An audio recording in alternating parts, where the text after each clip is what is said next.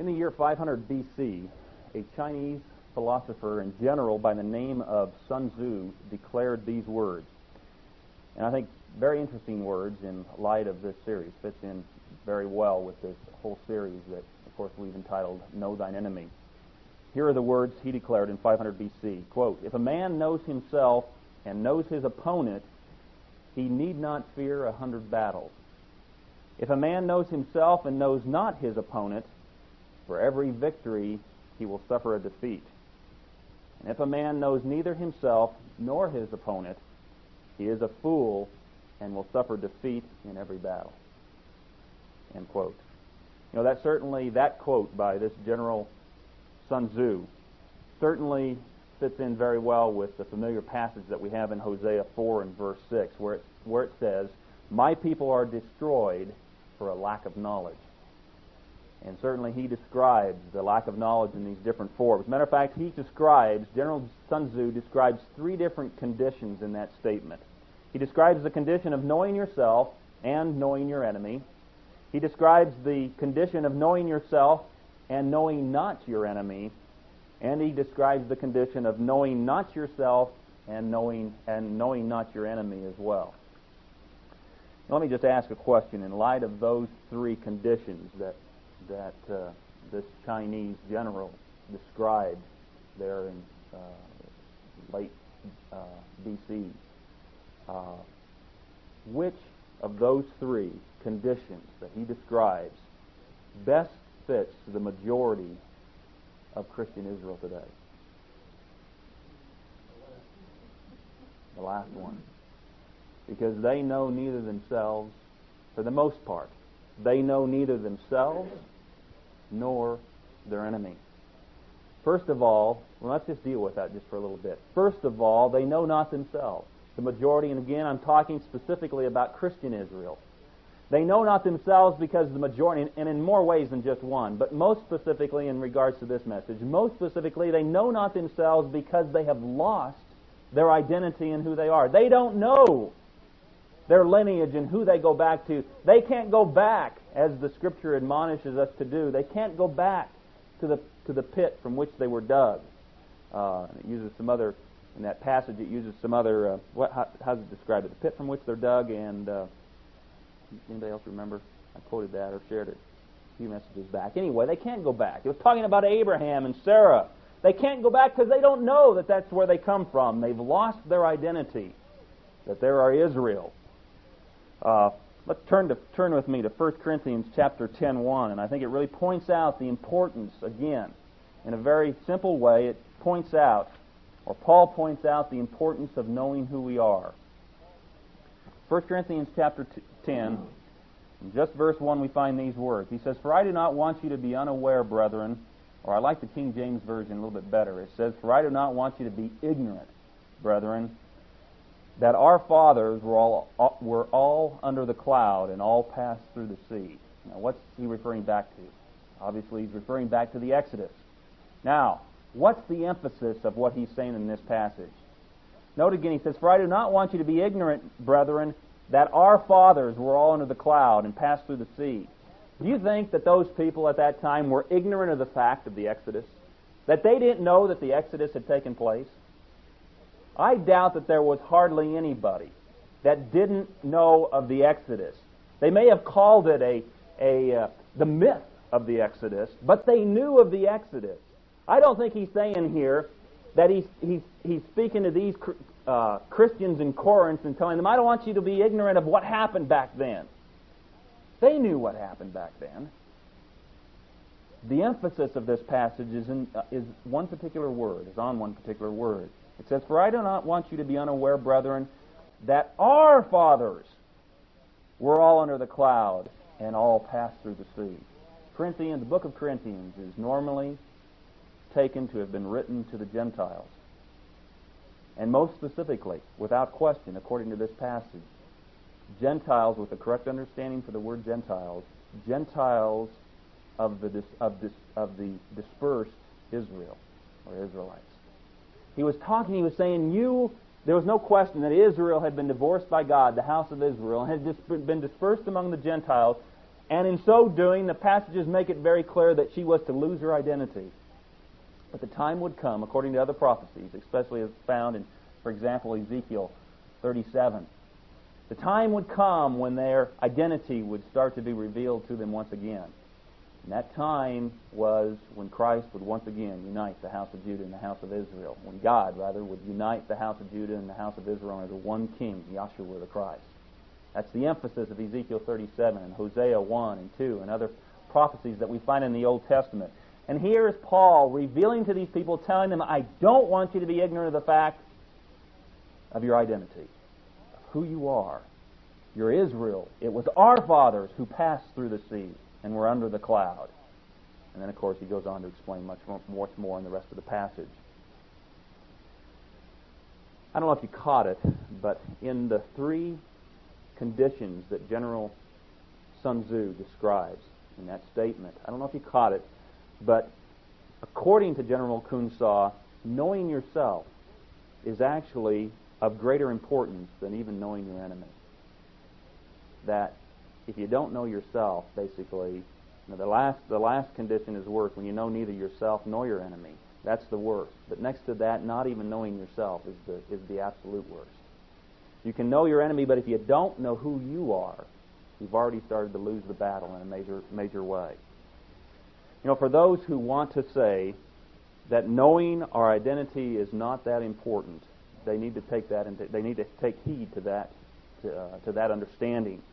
When you've lost your identity, either as an individual or as a nation or a race of people, when you've lost your identity, think about this, you really have very little to rally to or to rally under.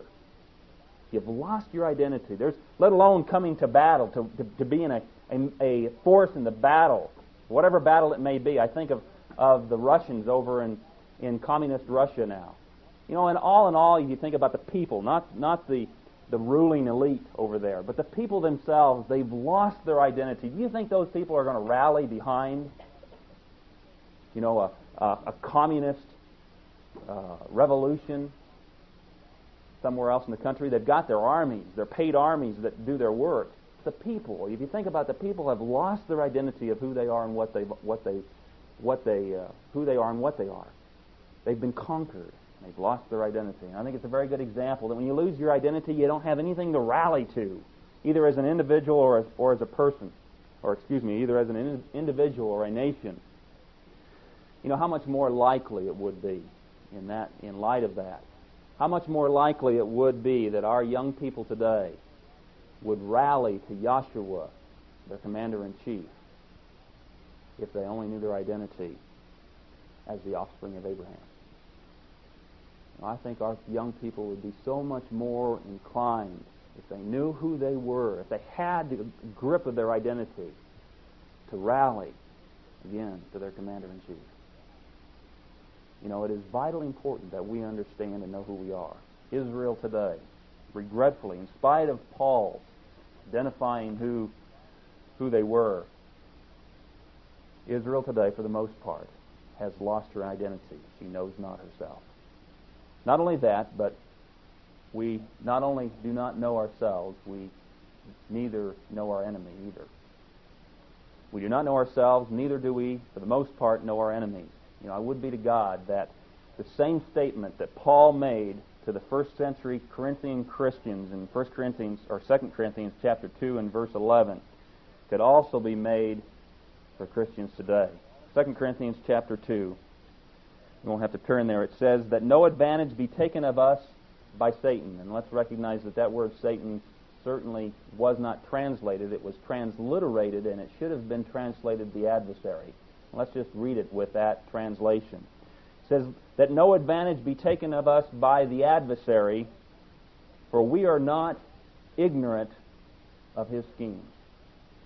Would be to God again that same statement could be made for Christian Israel today. That they would not be today ignorant of the adversary or the adversaries, however you want to look at it, of the adversary's schemes. We are ignorant, sad to say, for the most part. Christian Israel, is ignorant of the adversary's schemes. Christian Israel far as that goes, for the most part, is not only ignorant of the schemes of her enemy, but in so many ways is even ignorant or unaware of the fact that she even has enemies. I pray to God that this ministry that God has seen fit to start here would be used for, first of all, to point our people to Yahshua, their commander-in-chief. Above everything else, I pray to God that that's what this ministry will do. Secondly, I also pray that it would also open the eyes of our people to who they are, to their identity. And secondly, that this ministry would reveal the identity as well of our enemies and the dangers that we face because of them. Of course, this series, Know Thine Enemy, Part 10, is where we're at. Know Thine Enemy is designed to accomplish the third objective, and that is to make our people aware, to alert them to who our enemies are and what their designs for us are. Thus far in this series, we've examined communism, Masonry, and humanism, and have exposed the enemy that's behind all three. Following the last three messages, we dealt with humanism, and following on the heels of humanism, it is most natural for us to next investigate the so-called New Age movement. For the New Age movement, as one author put it, the New Age movement is nothing more than humanism done up in flashy colors. They're nearly one and the same, with some differences, but nearly one and the same. Now, let's begin. Let's, as we have in the past with the other areas, let's begin by examining, before looking at who's behind the scenes as far as New Ageism, as I am going to be calling it throughout this message.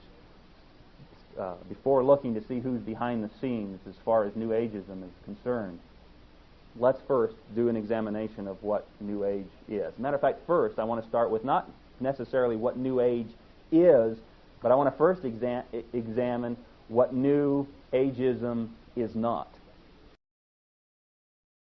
And what it is not is new. They may want to call it new. It's called the New Age, but the one thing it is not is that it is new. It is not new.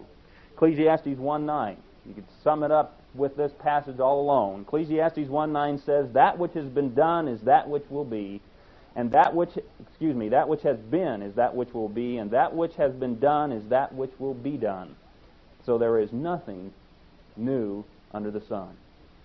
And if that ever fit anything, it fits the New Age movement.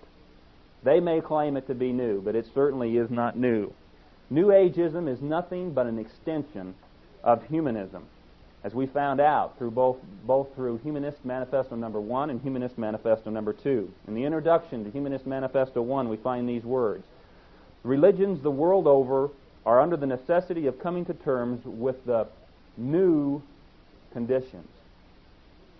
Humanist Manifesto's 2 introduction, it gets even more bold. What are these new conditions that Humanist Manifesto of 1 of 1933 is talking about? Well, Humanist Manifesto makes it point blank clear, and again written in 1973, when it says, quote, "The next century can be and should be a humanistic century." And then it goes on to say, "We stand at the dawn of a new age." New Ageism is nothing but an extension of humanism. There certainly is nothing new under the sun, because New Ageism, again, is just nothing but an extension of humanism, and humanism is just a respectable title for the sin of man. Now think about this. All sin, willful sin that is, all sin is the dethroning of God and the deifying of man. All sin, again, just visualize what's taking place. All sin, willful sin, is the dethroning of God and the deifying of man. When we willfully sin, we are in essence saying, "Lord, not thy will be done, but mine which is here on earth." Just the opposite of what Christ prayed when facing the cross in the garden. That is in essence what we do when we willfully sin. We're saying, "Lord, I don't want your will done in my life. I don't choose to obey your commandments. I choose to do what I want to do. We elevate ourselves in the place of lordship. We remove Christ out of our lives, if we've ever had him there to begin with. And we put ourselves upon the throne, at least at that moment of willful sin. And that's all that humanism and New Ageism. It's just the sin. It just goes back to the age-old sin of man. Now, where did all this begin? Well, it began, as we've talked about in the past, in Genesis chapter 3, verses 1 through 6. And this time I'd like to go back there and examine this passage in a little bit more detail.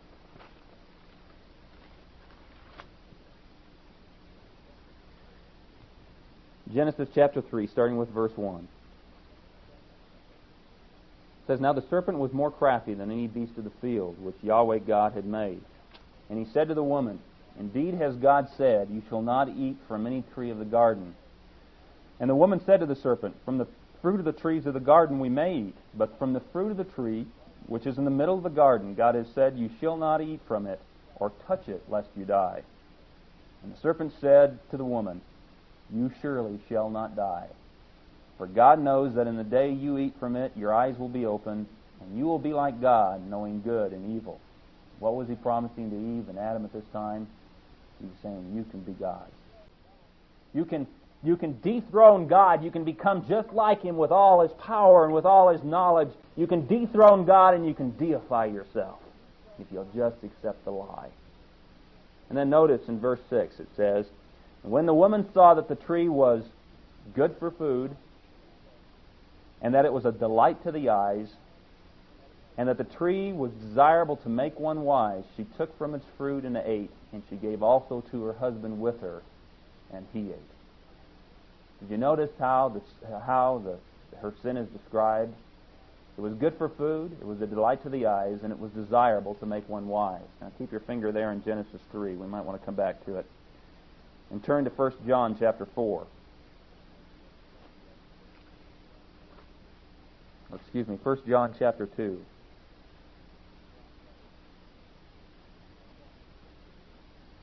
1 John chapter 2 and verses 15 through 17. It says, Do not love the world nor the things of the world. If anyone loves the world, the love of the Father is not in him. And then verse 16, For all that is in the world, the lust of the flesh, and the lust of the eyes, and the boastful pride of life, is not from the Father, but is from the world. And the world is passing away, and also its lust, but the one who does the will of God abides forever. Notice here that the person who lives in the world, if there was ever a religion of the world, humanism and New Ageism is that religion. And it says that it describes the religion of the world as being involved in the lust of the flesh, the lust of the eyes, and the boastful pride of life. Well, where did that begin? Well, if you go back to Genesis 3 and verse 6 once again, you'll find that this is where it began. And when the woman saw that the tree was good for food, lust of the flesh, and that it was a delight to the eyes, lust of the eyes, and that the tree was desirable to make one wise, boastful pride of life, she took from its fruit and ate, and she gave also to her husband with her, and he ate. And then the eyes of the both of them were open, and they knew that they were naked, and they sewed fig leaves together and made themselves loin coverings. And we know that then God approached them and dealt with them for their transgression, dealt with them for the deifying of themselves, and the dethroning, or the attempt of dethroning God from their lives, from their hearts and their minds. Where does New Ageism begin? Well, it certainly is humanistic in its foundation. And where does it begin? It all goes all the way back to Genesis chapter 3. It goes all the way back to the beginning. And yet they want to claim that it's new. There's nothing new about the New Age. Let me just throw this in for extra. Ever since Genesis 3, man has been practicing, if you allow me, New Ageism, quote unquote. Ever since Genesis 3, man has been practicing. Romans 5 makes it very clear. It says, And as one man sinned, we've all sinned, and we all must die. And from Genesis 3 on, man has been practicing, quote unquote, New Ageism, ever since the Garden of Eden. Well, what is necessary? And I'm just throw this in for extra, but what is necessary in order for us to break that cycle that began in Genesis chapter 3? Well, just the opposite. The only thing that'll break that transgression The deifying of man and the dethroning of God is just the opposite. The dethroning of self and the deifying of God, once again, as God intended it always to be. As we find in Luke chapter 9. Let's just turn there real quickly.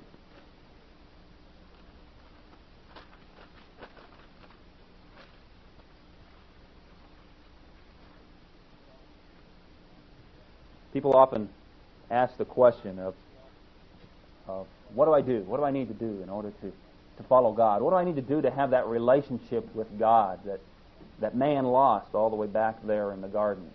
Well, what's necessary? Well, that question was asked of Christ here in Luke chapter 9. In verse 23 beginning, he says, "And he was saying to them all, if anyone wishes to come after me, let him do what? Let him deny himself and take up his cross daily and follow me."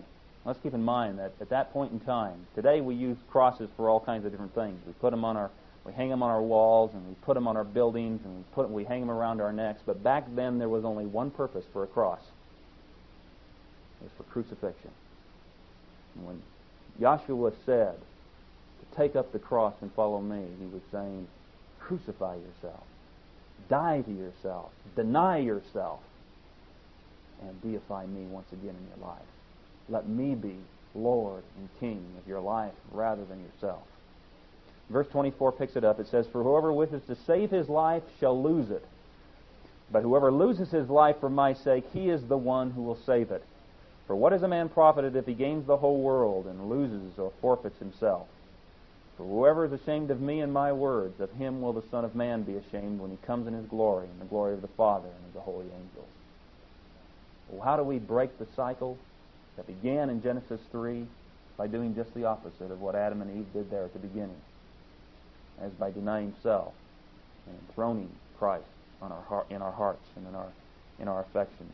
1 Peter 3:15 puts it so aptly when it says, "But in your hearts reverence the Christ as Lord," as Lord and King. You know, there's no question that willful sin, at the moment it's participated in, dethrones God and deifies man or deifies self.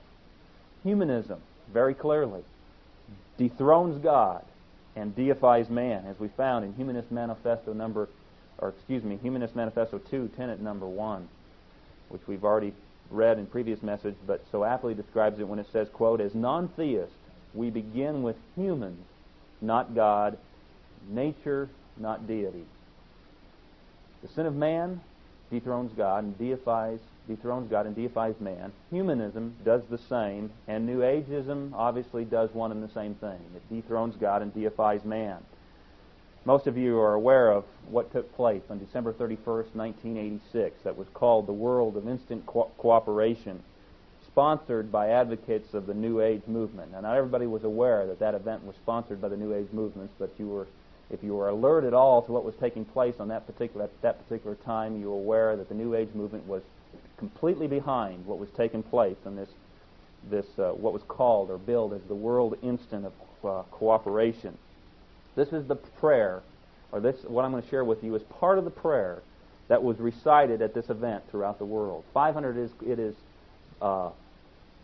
touted as the fact is touted that there were over 500 million people throughout the world that participated in this event at that moment in time. And at that moment of time, this is the prayer, or at least part of the prayer, that was being recited by these people involved in this momentous occasion, quote unquote. Quote, "Now is the time of the new beginning. I am co-creator with God, and it is a new heaven that comes, as the goodwill of God is expressed on earth through me."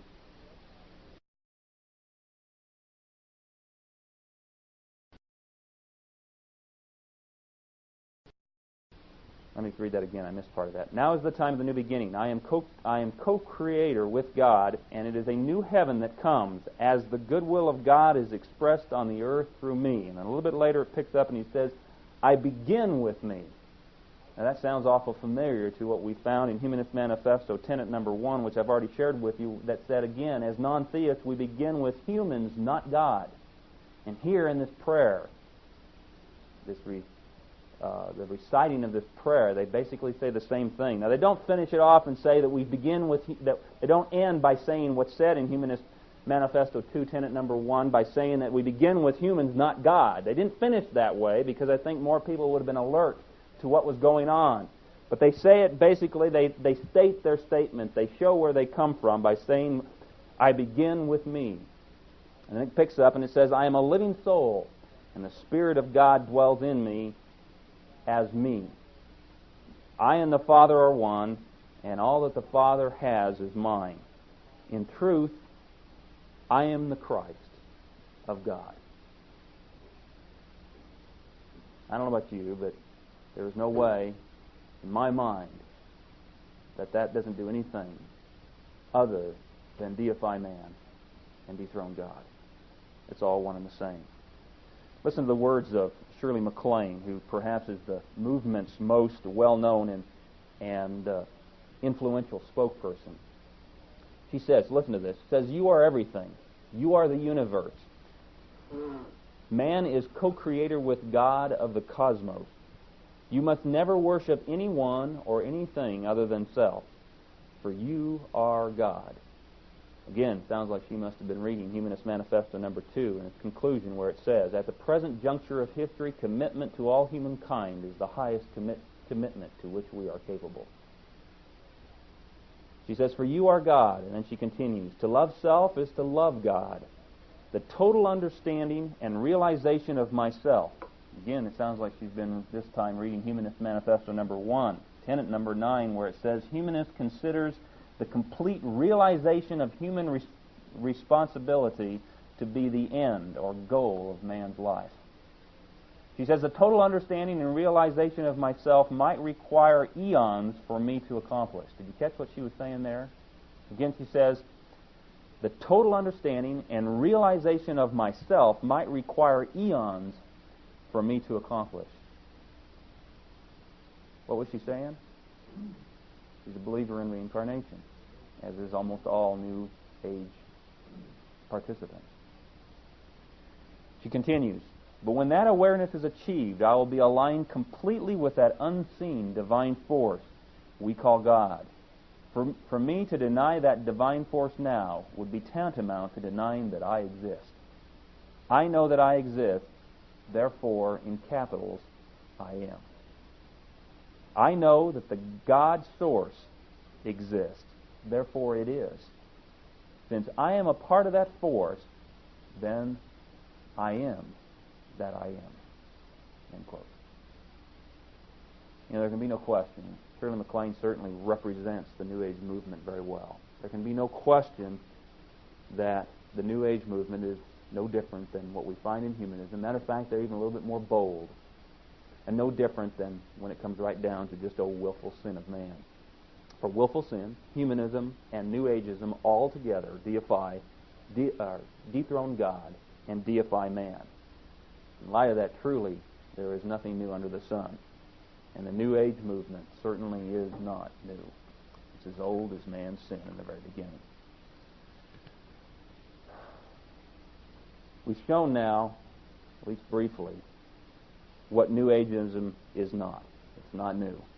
Now let's see what New Ageism is.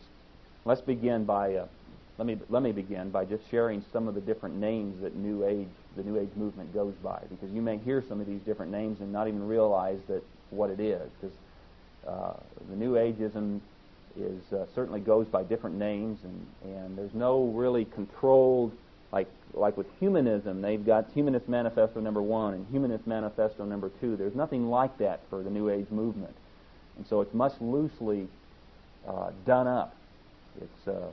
And thus they go by many different names and by many different theories that all, of course, fit together. Let me just share some of the different names so that you're at least aware of how and what the New Age movement is described by.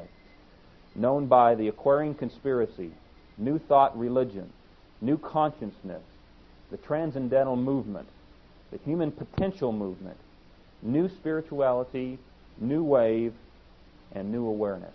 Those are all titles for the New Age movement. Now, let me share with you the easiest way for me to share. Since there is no document that is the authorized mouthpiece for New Ageism. The easiest way for me to really share with you what New Ageism is all about is simply to read some compilations of and descriptions of what New Age is. And rather than me just doing it, I want to share with you, because they've certainly probably done a much better job of researching than I was able to in the time allotted to me, the time available to me. But let me read to you a fact sheet on the New Age movement put out by the National Research Institute, which is a data center on the New Age. And their address, and I'll give you their address and phone numbers in case you want to follow up and research this a little bit further. They're located at 3095 D South Peoria in Aurora, Colorado, zip code 80014, and their telephone number is area code 303-745-7707. Let me just read some of what from this fact sheet, some of what they have accumulated on the New Age movement. To begin by saying, to help you to understand the fundamental concepts of the New Age movement, we have prepared this fact sheet for you. Keep in mind that this is merely a synopsis, so to speak, of this philosophy. The New Age movement is far too extensive and complex to cover in detail in a mere 2 pages. Hopefully this will aid in your understanding and encourage you to alert others. The New Age movement, known also by such titles as the Human Potential Movement, the New Wave, the New Consciousness, and the New Awareness, has been increasing in scope since the 60s when Hindu gurus brought the philosophy out of India and into the Western culture. It is a pagan worldview rooted in Hinduism, Buddhism, and Taoism, with ample doses of the occult. Its goal is to create a literal heaven on earth by the year 2000. In fact, the utopia it seeks to establish is a one-world government predicted in Fabian socialism. To those who are lost and spiritually searching, it is seductively attractive. New Age influence has permeated virtually every area of our society: self-help groups, health, entertainment, education, religion, industry, government, and media. The New Age movement is made up of a collection of thousands of networks operating throughout the world. Some of the most common are peace groups, environmental and hunger projects, nutrition, humanistic psychology, and outright occultism such as witchcraft. The goal of the New Age movement is threefold. One, world government, often described as a new world order. One world religion, heavenly, occultic, and certainly hostile to Christians and Muslims. And the one world Messiah. And when they talk about a one world Messiah, you can know for certain that they're not talking about Yahshua, our Messiah. The success of this philosophy since the 60s has been phenomenal. Over 60 million Americans in a country once regarded as Christian now accept the hopeless cycle of reincarnation as truth. Even worse, just a little bit later it goes on to say, even worse, New Age philosophy is creeping insidiously into Christian churches, seminaries, and schools. Picking up a little bit later, it says, some of the common features of the New Age philosophy are, all religions are the same path to the same end. Now that should strike a bell in your mind and should remind you of some of the things we've already covered as far as Masonry and humanism again. Again, all religions are the same path to the same end. Anti-Americanism, anti-nationalism, intolerance to Christianity, especially fundamentalism, strong rejection of most traditional values, deification of man, God as an impersonal force or one synonymous with the universe, God immanent in everything, each man is a natural Christ and co-creator with God, belief in evolution, belief in reincarnation, unlimited human, spiritual, and intellectual capacities, belief in a superior race, universal disarmament, redistribution of the world's resources, acceptance or reliance on non-traditional medicine. They've always got to throw something in this, right? Acceptance of Eastern mysticism and the occult, worship of Lucifer, the angel of light, anticipation of a New Age Messiah, and again not speaking of Yahshua the Christ. Deception is at the root of this occultic worldview. Thousands of innocent individuals throughout the world have been seduced into New Age ideology unwittingly, ignorant of its goals. the majority of the people in 1986 were unaware. The majority of the people who participated in that were unaware of their leader's goals, as has been described here. Seemed like a good idea just to be praying for peace for the world. Moreover, thousands more worldwide are endorsing these goals and working with unprecedented devotion to bring them about. And it lists some of the chief organizations that are involved with or behind or promoting the New Age movement. Now, there's 38 that are listed here, and I'm sure, I don't know if this has a date on it, I'm sure since then there have been more added since then, but it lists 38. I won't read them all because some of them won't mean anything to you, but let me just read some of them that may strike a bell again. For example, involved with the New Age movement and promoting is the global, and some of these you may not recognize, but I think it's just the titles of the organizations I think you'll find interesting too. For example, Global Education Association. Global Education Association. Greenpeace is obviously one of those involved with the New Age movement. New Organization for an American Revolution. Another one, People for the American Way. Planetary Citizens. I don't know anything about them, but that certainly sounded awfully interesting. Planetary Citizens. The Sierra Club and WinStar Foundation, which is John Denver's organization. And Zero Population Growth, as we mentioned in last week's message. Then also one that you probably or likely haven't heard of, but that I want to just mention to you in a little bit more detail, and that is the Lucis Trust, L-U-C-I-S. I'm not sure I'm pronouncing that right. Formerly, at least 2 years before they changed the name, formerly known as the Lucifer Publishing Company. That again may alert you to some Masonic teachings and beliefs. Matter of fact, Masons were involved, at least initially, with the Lucifer Publishing Company. Now known as the Lucis Trust, is certainly one of the most important organizations in the New Age network, without a question. Now, as of 1986, they had 6,000 active members. So keep that in mind. And including these people. And the list of people I'm going to read to you is what I'd call the who's involved in New Ageism. These are some of the members, some of the 6,000 members of the Lucis Trust. Henry Kissinger, Robert McNamara, David Rockefeller, James Baker III, supposed to be a good Christian man from what I understand, and on Dr. Dobson's show at one time, James Schlesinger, Donald Reagan, and George Shultz. I don't know about you, but that not only, to me, has not only would that describe the who's involved in New Ageism, it sounds like the who's involved in the Trilateral Commission and the Council on Foreign Relations as well. Now, the only two that I do not know whether they're members of the Council on Foreign Relations or the Trilateral Commission are James Baker III and James Schlesinger. Maybe some of you know whether they are or not.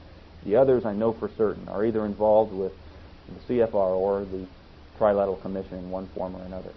They're all members. And if you'll look at the Trilateral Commissions and the Council on Foreign Relations goals, they align perfectly with the goals of New Ageism. They're nearly one and the same. I thought you'd find that interesting. I'm sure there's some others that could be listed that would be right in that same crowd of people. Let me read you one other description. Again, I do this because they certainly probably will do a better job than I will personally, and it really puts it in a nutshell so that we can get through this material a little bit quicker. Let me give you another description of the New Age movement. This is in an article and under a heading entitled The New Age Mindset. It says, while the New Age movement is comprised of a diverse network of groups and individuals, it is fundamentally a mindset that defines a broad cultural shift taking place in our society. Apologists for the movement see the world entering or about to enter a new spiritual era. It says,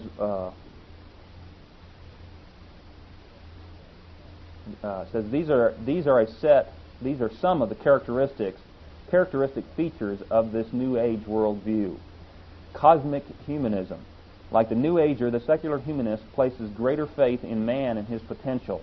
However, the New Age movement represents a new form of humanism, what Douglas Gruthis terms cosmic humanism in his book Unmasking the New Age, InterVarsity Press, 1986.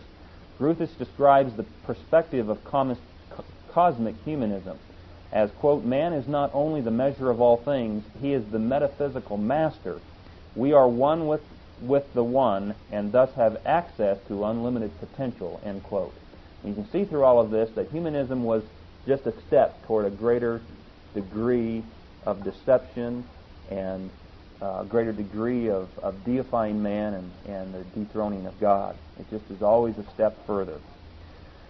Also described as optimism. Deriving from their cosmic humanism and faith in human potential is the New Age movement's optimistic, almost utopian outlook. Humankind is self-determining and evolving in a profound positive direction. Again, you can see why so many of the positive mental attitude speakers today have a humanistic background and outlook in what they teach. Another one is described as holism. The New Age mindset rejects the divisions, the fractured existence, the broken vision that it says typifies the old order. Instead, the New Age worldview predicts a new holism, an integration, a coming together of science, personal experience, and spiritual vitality. It also can be seen as occultism. New Age thinking and practices are often characterized by hidden, mysterious knowledge. Now, that should clue you into something else that's often characterized by hidden and mysterious knowledge. Masonry, or the Kabbalah, some of those things seem to be one and the same here. Of course, keep in mind, as we've stated in past messages, all occult practices their roots can be found in the ancient Jewish Kabbalah. They all go back to there one way or another. It says, New Age thinking and practices are often characterized by hidden, mysterious knowledge. Spiritism, neo-paganism, including goddess worship, and Eastern mystical techniques of consciousness manipulation are widespread. Reincarnation, aura reading, and astra religion are commonplace. And also described as monism. The view that all is one and one is all is a basic assumption of New Age thinking. This idea holds that there is just one level of reality. God, the universe, the material world are one and the same. As Gruthis notes, quote, ultimately there is no difference between God, a person, a carrot, or a rock, end quote. Now, in a nutshell, that, and certainly only in a nutshell, that describes somewhat well the New Age movement and what they're really about. We're going to conclude with that. And in next week's message, we're going to take a deeper look at New Ageism as we found in the Bible. Again, obviously, just as is the case with communism, Masonry, and humanism, we're not going to find the word New Ageism or the New Age movement in the Scriptures. But we can certainly find different characteristics, as we already have started to in this message. We can certainly find different characteristics of New Ageism as in the Scriptures. If it's not new, you can just know that it's going to be found in the Scriptures. We'll take a deeper look at the New Ageism in the Bible, and then, of course, take a look at who is behind the New Age movement. I want to conclude this message this morning with the admonition as found in Ephesians chapter 5, if you turn there with me. Ephesians chapter 5 and verses 6 through 16. And, of course, this admonition is meant for more than just those participating in the New Age movement or those who are brushing shoulders today in today's society with the New Age movement. But it certainly applies well to the situation that we now face in the 20th century with the New Age movement in our midst. We'll take it in light of that. I'll just read it and use it as the admonition in light of what's going on today with New Ageism. Starting with verse 6, it says, "Let no one deceive you with empty words, for because of these things the wrath of God comes upon the sons of disobedience. Therefore do not be partakers with them. For you were formerly darkness, but now you are light in the Lord. Walk as children of light. For the fruit of the light consists in all goodness and righteousness and truth, trying to learn what is pleasing to the Lord. And do not participate in the unfruitful deeds of darkness, but instead even expose them. For it is disgraceful even to speak of the things which are done by them in secret. Keep in mind the secret societies and how they all fit in with all of this. For it is verse 12 again, for it is disgraceful even to speak of the things which are done by them in secret. But all things become visible when they are exposed by the light. For everything that becomes visible is light. For this reason it says, Awake, sleeper, and arise from the dead, and the Christ will shine on you. Therefore be careful how you walk, not as unwise men, but as wise, making the most of your time, because the days are evil. Certainly describes this day and age. Obviously described the time of Paul's day and age as well, but maybe even more so this day and age as we face so many tentacles of Mystery Babylon that are reaching out to destroy Christ and Christianity today. In light of that, or with that admonition, let's all stand and we'll go to our Heavenly Father in prayer. Heavenly Father, we ask at this time that, Father, you would direct and lead in each one of our lives personally. Father, also as a nation of people, specifically, Father, I pray for Israel, that she once again would recognize who she is, that she would come to understand her identity. And then once understanding that she would be drawn to her commander-in-chief, Joshua the Christ. Father, once having done that, I pray that, Father, you'd alert her to her enemies and what they are about, to their designs against her and against you. Help Israel to be raised to be an army, Father, on your behalf, to fight for the cross of Christ, to take forth that banner and hold it against any opposition that would dare raise its head against you. Father, help us each individually, knowing that it begins with the individual. Father, I pray that the information that we're gleaning through this series, that we could be better equipped as individuals to serve you and to fight this battle and to recruit those who need to be a part of this army as well. Put these things in your hands and pray that you use all of this to your praise and glory. We ask these things into your Son, Yeshua. Amen.